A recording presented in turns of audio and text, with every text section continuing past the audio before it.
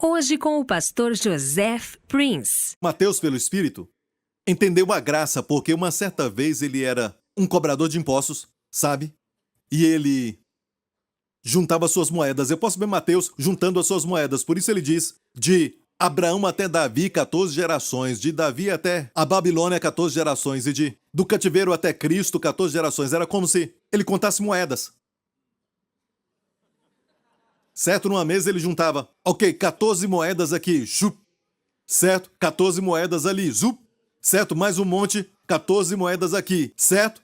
E aqui temos 3 grupos de 14 gerações. Escute bem, revela toda a história de Israel no Antigo Testamento. O primeiro grupo, de 14 de Abraão até Davi, é manhã de Israel. O segundo grupo é a tarde de Israel. E o último grupo é a noite de Israel.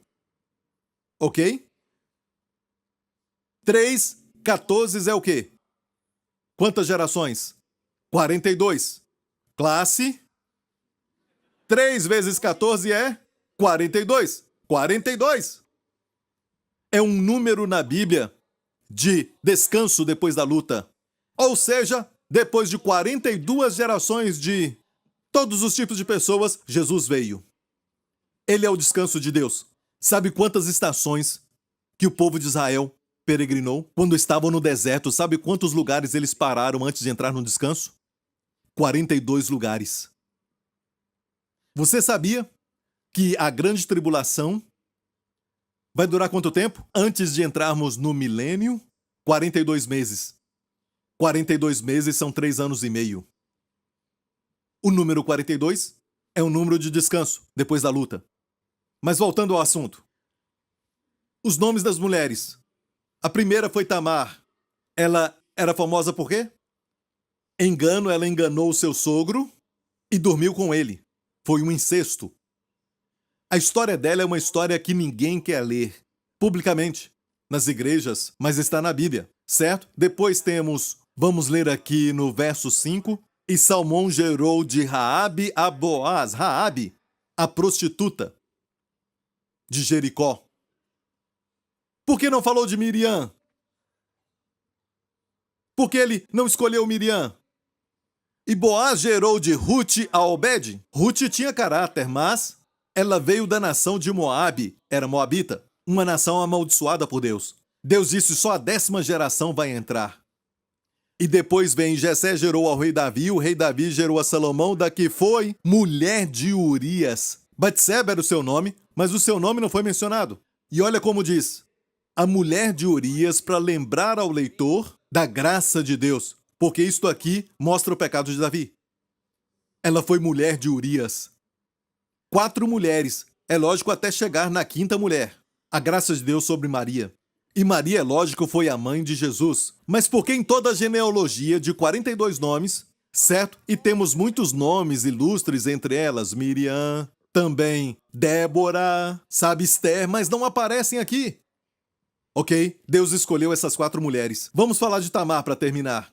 Tamar. E Judá gerou de Tamar a Perez e a Zerá. Tamar quer dizer palmeira. E Tamar, esta mulher Tamar, aconteceu o seguinte. Ela tinha um marido, ok? E este homem, na verdade, era um homem malvado, sabia? E por isso, então, ele acabou morrendo. A Bíblia diz, Deus o matou, certo? O Senhor o matou. E ela não teve filho, e eles tinham prometido para ela que o irmão mais novo dele cresceria e casaria com ela, mas foi dado a outra mulher. E ela ficou irada, e ela, na verdade, se disfarçou então de uma prostituta um certo dia, e ficou ao lado de uma estrada, e Judá não sabia que era sua nora. Judá, um dos 12 filhos de Jacó, e ele dormiu com ela, achando que era uma prostituta. E aconteceu o seguinte, ele não tinha dinheiro para pagar. E ela disse, então me dá um presente, o seu cajado, a coisa principal, certo? Como um penhor, ok? Alguns dias depois ele voltou com o pagamento e ele a procurou, mas ela não estava mais lá. E perguntou, vocês viram uma mulher aqui? Não. Ele perdeu o seu cajado. Era como um cartão de crédito, sabe? Era mais importante que isso, sabe? Ele se preocupou. Alguns meses depois, ela estava grávida, e esse homem então ficou muito irado, porque ele percebeu que ela não tinha um marido. E como ela se engravidou? E eles planejaram expor a mulher e depois apedrejá-la. E ela disse: de quem é este cajado então? É triste, mas a Bíblia mostra como é. Se você quer romance, está aqui. Você quer violência, está aqui. Davi cortou a cabeça de Golias e levantou, não é? Ele cortava o mal pela cabeça. Eu te digo uma coisa, igreja. Você quer canções? Leia os Salmos. Você quer milagres, milagres de verdade? Leia. Você quer um homem perfeito? Quando você olhar para ele, você vai adorá-lo, amá-lo, louvá-lo. Está tudo aqui. Se as pessoas soubessem como este livro é maravilhoso e tão preciso. Amém? Olha, só para reforçar o ponto, porque o tempo está voando e eu preciso terminar. Vamos a Gênesis 38. A história de Tamar. Gênesis 38. Rapidinho, certo? Vamos lá. Escute isso. A história de Judá e Tamar. Dá para ver o título na sua Bíblia? Judá e Tamar. Olha como a Bíblia relata a história de Judá e Tamar. Esse capítulo é uma história, acabamos de falar isso, de incesto. Mas a história antes desta, olha o verso antes, o último verso. É a história de José sendo vendido como escravo.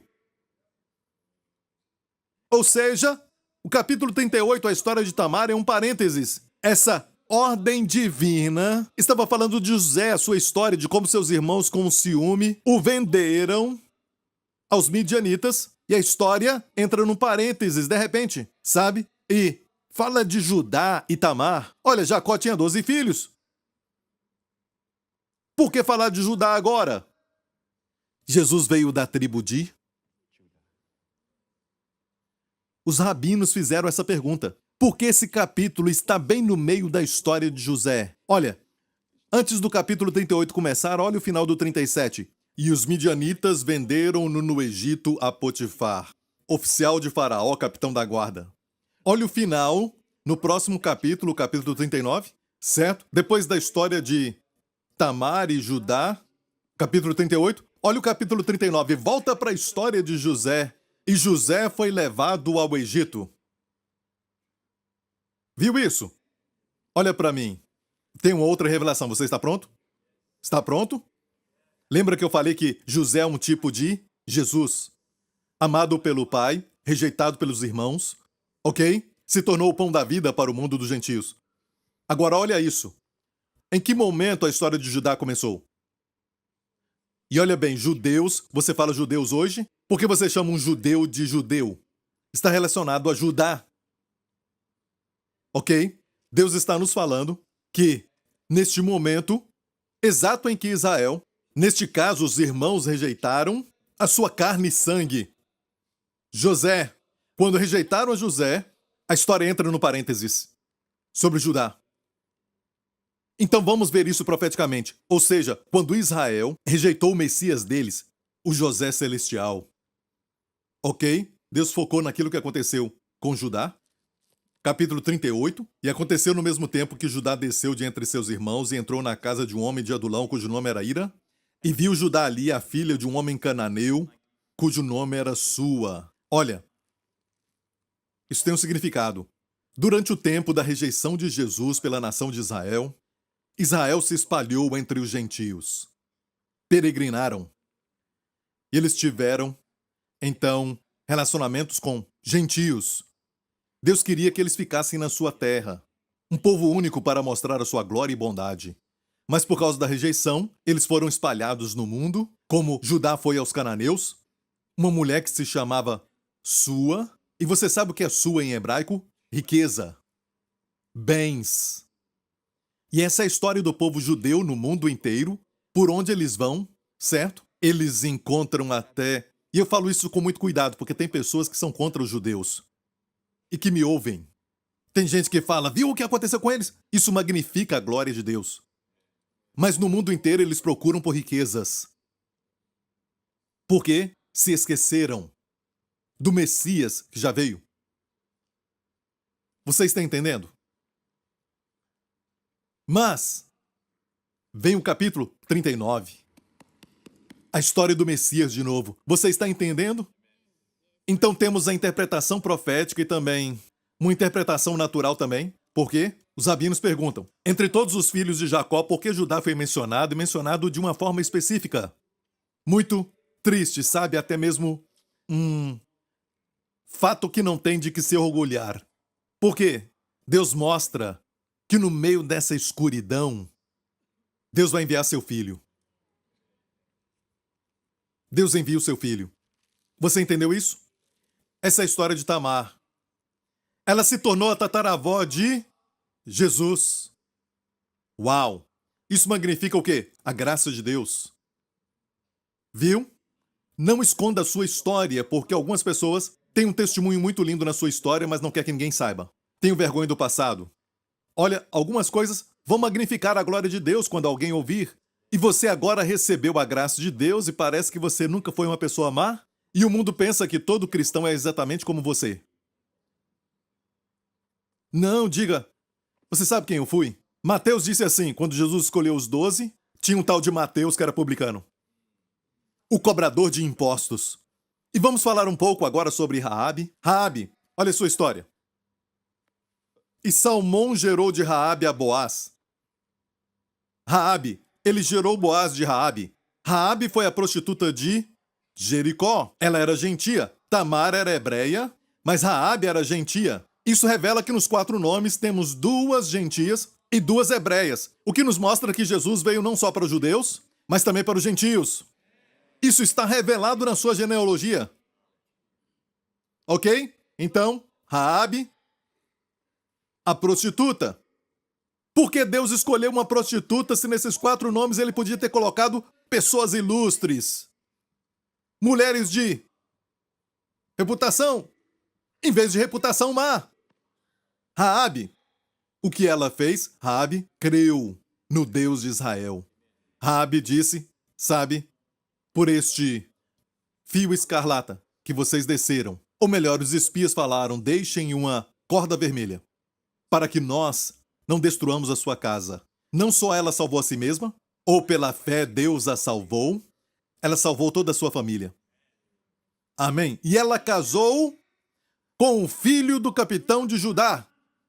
O capitão de Judá na época era chamado Nassom. Ele foi o primeiro, de acordo com as tradições rabínicas, a descer no Mar Vermelho. E Deus abriu o Mar Vermelho quando o Mar Vermelho estava no nível da boca do seu cavalo. Foi Nassom que foi primeiro. E isso é porque a Bíblia fala que Judá deve ser primeiro. Quem era o capitão de Judá? Nassom. O filho de Nassom era Salmão. Salmão casou com a prostituta. Olha, eu te digo isso. O que Deus está falando na genealogia é: não me importa o seu passado, eu posso mudar o seu futuro.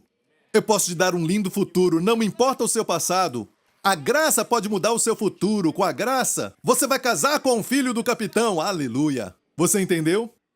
Você não precisa interpretar ao pé da letra, ok? Qual capitão? Sabe? Ok? E ela deu à luz. Ela teve um filho chamado Boaz. Você se lembra de Boaz? Ele era o rapaz mais desejado, o rapaz mais rico que existia em Belém. Amém? E ele se apaixonou por uma garota chamada Ruth. Chegamos na próxima mulher, Ruth. E Ruth é a única mulher nesta lista que nós vemos que era uma mulher virtuosa.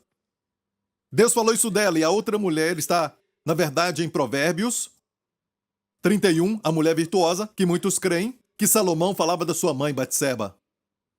Era uma mulher virtuosa na Bíblia, ok? Mas Ruth era moabita, ela era gentia, não era judia. Como ela casou com um judeu, e não somente isso, mas o mais rico e mais desejado rapaz em Belém. E te digo, igreja, contra tudo e contra todos, o favor de Deus vai trabalhar a seu favor. Neste próximo ano, o favor de Deus vai operar na sua vida de uma tal maneira que você só vai dar glórias a Deus. Amém? Boaz casou com Ruth, fala da história da redenção, e deles nasceu Jessé, que gerou Davi, o rei. Davi, o rei, gerou Salomão, e ele teve muitos filhos e muitas esposas. Ele teve muitos filhos e teve muitas boas esposas, mulheres de caráter. Uma delas foi a Abigail. Abigail era mulher de caráter, tinha sabedoria e era bonita. Mas Deus escolheu o filho de Abigail com Davi para ser o rei? Não, Deus escolheu aquele. Uma história muito triste. Gerado por Batseba. Tudo começou com um banho. Davi adulterou com ela, mas para piorar toda a história, mandou matar o seu marido para que ele encobrisse o seu pecado. Você sabia que Deus vê tudo? Certo? Leia a história no Antigo Testamento, mas de todas as esposas que Davi tinha e de todos os filhos que ele tinha, Deus escolheu o filho da mulher que foi mulher de Urias para ser o rei. O que Deus está dizendo? Está dizendo, não importa o seu pecado, não vai impedir a bênção de Deus. Não vai anular sua promessa para você. Porque a graça de Deus é maior do que o seu pecado. Devia haver lágrimas nos olhos de Mateus enquanto escrevia isso, porque ele também foi beneficiado por essa graça. Amém? A mulher de Urias, em vez de dizer Batseba, mulher de Urias, magnificou o pecado de Davi para magnificar a graça de Deus. Isso não é lindo? E até chegar em Jesus. Aleluia! Igreja, o que Deus está falando conosco nessas histórias? Deus está falando, não importa como foi o seu pecado. Não importa se o seu passado foi ruim. Se você confiar no Senhor Jesus e confiar na graça de Deus, aquele que sabe tudo sobre você, enviou o seu filho quando você nem queria saber se ele veio ou não. Você nem queria saber se ia para o inferno. Você não se importava se estava em trevas. Você nem sabia que você estava sendo oprimido por Satanás. Usam termos da psicologia para certas desordens, os complexos, e o diabo ri e diz, continue falando assim. Nunca diga que são os poderes das trevas te oprimindo, te deixando deprimido. E meu amigo, sabe, Deus enviou o seu filho quando você não estava nem aí. Deus nos amou sem nos pedir permissão e enviou o seu filho. Ele entrou no nosso barco, ele se aproximou da mesa de Mateus, ele entrou no nosso problema, porque ele nos conhece melhor do que nos conhecemos. Ele sabe de tudo sobre o nosso pecado. Ele sabe tudo sobre o nosso passado. Nada está oculto a ele. Mesmo assim, ele entrou no nosso problema. Sabendo muito bem como nós somos, ele veio e se aproximou de nós. Veio até nós e disse, eu vim aqui para te amar. Amém? Com clareza, clareza total sobre os nossos pecados. Ele sabia quando morria na cruz que nenhum dos pecados ia escapar da sua vista. Quando ele morreu na cruz, meu amigo, Deus removeu todos os nossos pecados pelo corpo de Jesus Cristo. E é por isso que você pode entender quando eu digo que hoje Deus não está só dizendo, sim, eu te perdoo se você aceitar Jesus, sabe? Vou pôr os seus pecados debaixo do tapete. Não, a justiça de Deus está envolvida. A santidade de Deus está envolvida em nos justificar, em nos perdoar, porque quando Deus pegou Jesus, que não havia pecado nele e não conhecia pecado, e Deus o colocou na cruz, e Jesus veio para este propósito, ele sabia. A história do Natal, ele nasceu e foi colocado numa manjedoura. Se você for a Israel, no Jardim do Sepulcro, você vai ver um lugar que parece uma manjedoura para um adulto. Foi onde o colocaram. Agora está vazio. Certo, é Deus mostrando para o mundo que ele não nasceu para ser um mestre religioso, para ensinar boas coisas e morrer uma morte normal. Não, os ensinamentos ficariam sem poder, sem a sua morte. É a sua morte que dá poder para nós, para segui-lo. Amém? Então, Deus pegou todos os seus pecados, sabendo de todos eles, meu amigo, porque Deus vê como ninguém pode ver. Deus vê tudo o que você faz e você acha que tem essa dívida. Deus diz, não, não. Você tem que saber que a sua dívida é muito maior. Achamos que somos bons quando confessamos os pecados que sabemos. E Deus diz, não. Se eu te perdoar baseado só no que você sabe e no que você confessa, fica muito limitado. Então Deus pegou os nossos pecados baseado no seu conhecimento e Deus os colocou no seu filho. E com clareza total, Deus puniu o seu filho, porque Deus tinha que ser justo. Se ele não punisse o pecado, ele não seria justo. Se Deus nos punir, ele não é amor. Certo? Então, como Deus reconciliou isso? A cruz é a resposta para tudo. Ele puniu os nossos pecados no corpo de Jesus Cristo. O corpo de Jesus absorveu. E daqui uns dias eu vou te mostrar um vídeo como um furacão com todos os pecados e todas as doenças destrutivas e depressão, o medo e todo tipo de opressão como um redemoinho negro em cima da cruz. E de repente, no corpo de Cristo. E naquele momento, ele absorveu tudo isso e disse: está consumado! É o meu Senhor Jesus. Essa é a história de Jesus. Essa é a história do Natal. Amém? E olha isso. Hoje, quando Deus diz, portanto agora não há mais condenação, não é porque Deus agora está pegando leve ou está tentando facilitar o caminho, não. É baseado na sua justiça e santidade. Deus não pode condenar o mesmo pecado duas vezes. Deus não pode condenar Jesus pelos meus pecados e depois me condenar pelos meus pecados. E Deus foi quem planejou tudo isso. Dê a glória e a honra a Ele. Aleluia! Isso, igreja! Vamos lá, adore-o! Glória a Deus! Aleluia! Obrigado, Senhor Jesus! Obrigado, Senhor Jesus! O nosso rei já veio. Meu amigo, se você está aqui hoje ou está assistindo isso, escute isso.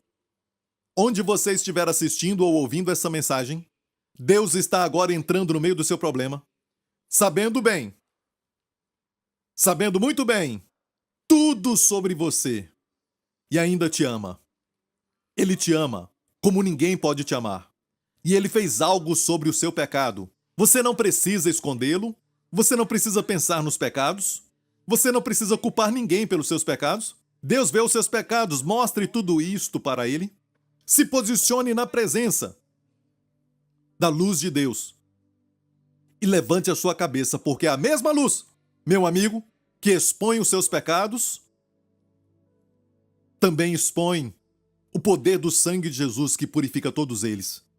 Você está diante de Deus, lavado pelo sangue de Jesus. A luz de Deus agora não te ameaça. Ela não deve te intimidar.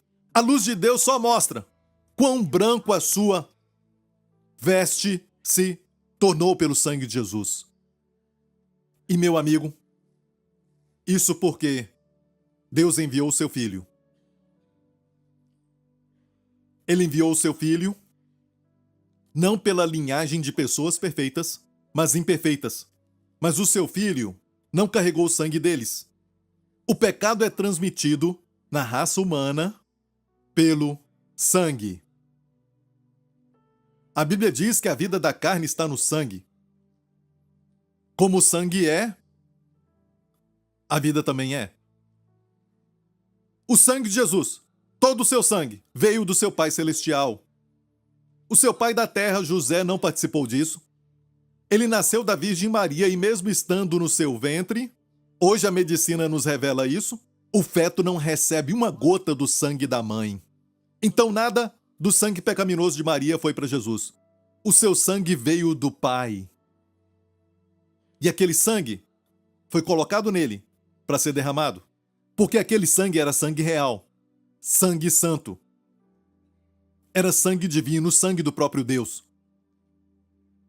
E quando açoitaram Jesus, o sangue foi derramado.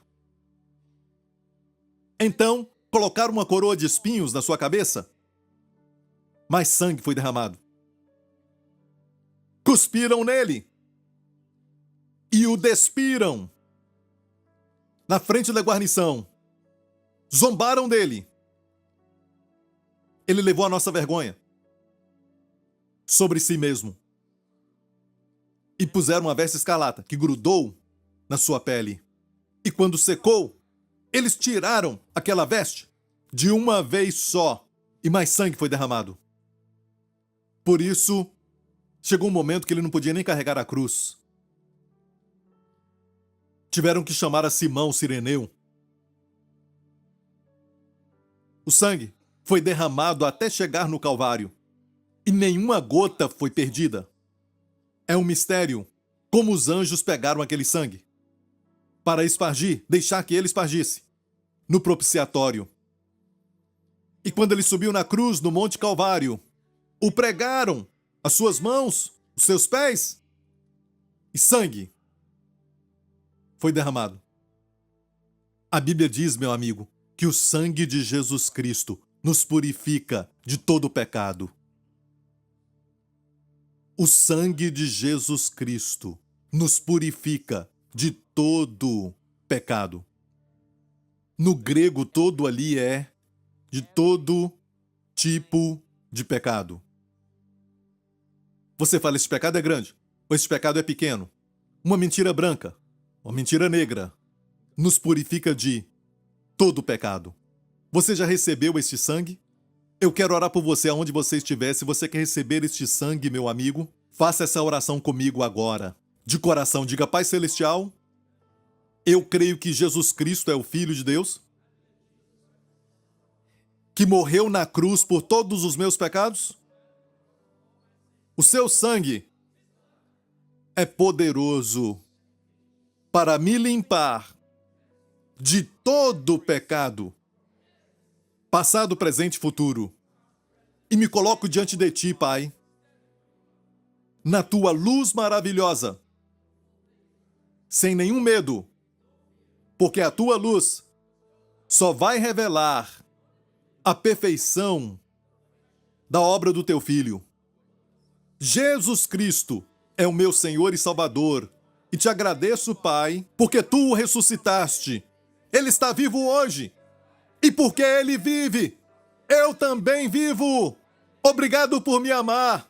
Faça da minha vida um testemunho da tua graça, em nome de Jesus. E toda a igreja diga: amém, amém, aleluia!